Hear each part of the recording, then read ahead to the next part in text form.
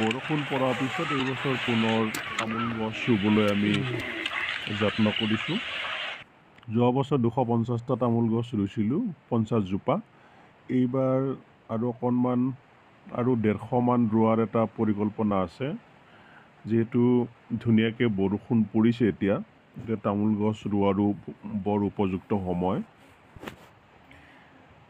সেইকাৰণে তামোল গছ ৰোৱাৰ কাৰণে যত্ন কৰিছোঁ। কলগছৰ পুলিও আমি ৰুই দিম। ইয়াৰ কাৰণে উপযুক্ত সময় এতিয়া। এইটো জলফাই টেঙা। জলফাই টেঙাও তামোল গছৰ ভিতৰে ভিতৰে সোমাই দিছোঁ।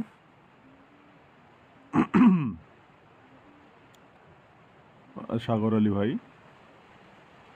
তেখেতে এইবিলাক চব কৰি দিয়ে মোক।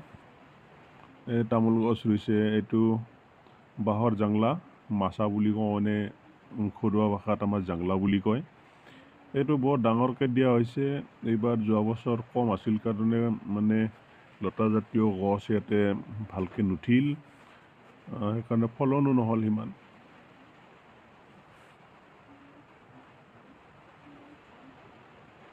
এইবাৰ ধুনীয়াকৈ বনাইছে।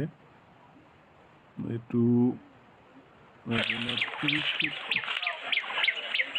ৱাইড আৰু 49 ফিট আপোনাৰ দীঘল।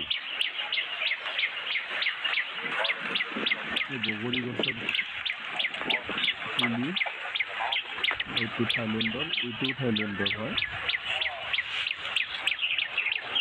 এইটো ভিয়েটনামী।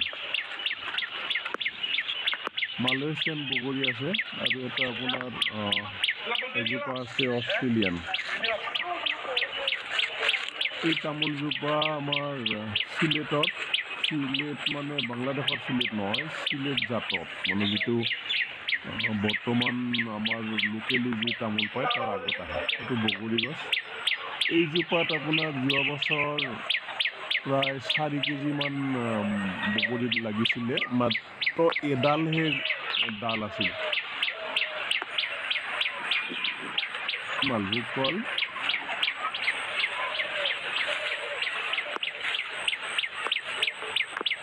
চিল গছ,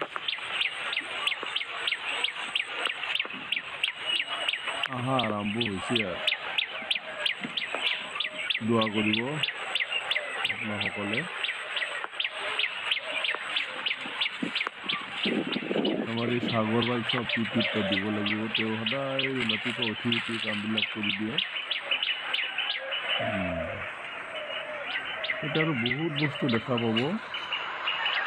মোটামুটি তেখেতে চেষ্টা কৰিছে বহুত।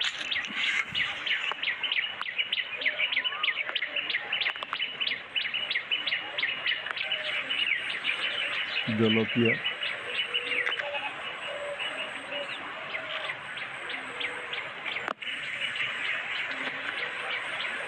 চেনি চাম্পা কল, ঘেট,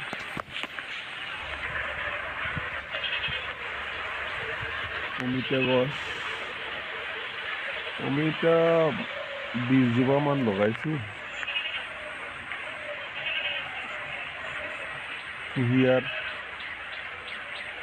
কুঁহিয়াৰো দিছোঁ তাতে।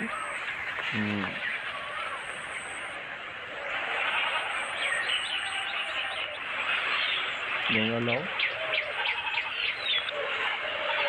অমিতা লাগিবলৈ লৈছে যদিও মানে এতিয়ালৈকে ডাঙৰ হোৱা নাই। কচু, জাতীয় কচু, এইটো লাও, পানীলাও, ৰঙালাও আহিব লাগছে আৰু।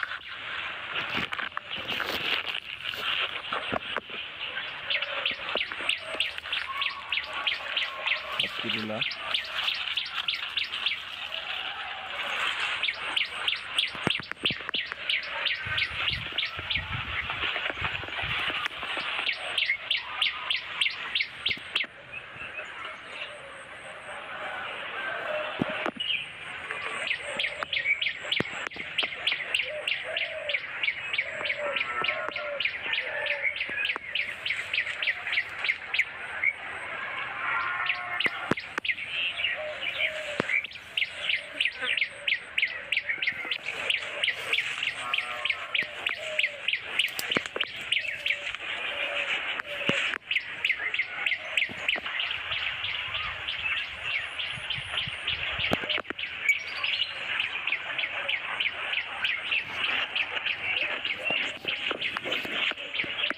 বেলেগ জাতৰ জলকীয়া, ক'লা জলকীয়া হয় যদিও এটা আপোনাৰ সৰকালি বেটেৰী কুৰিয়াৰ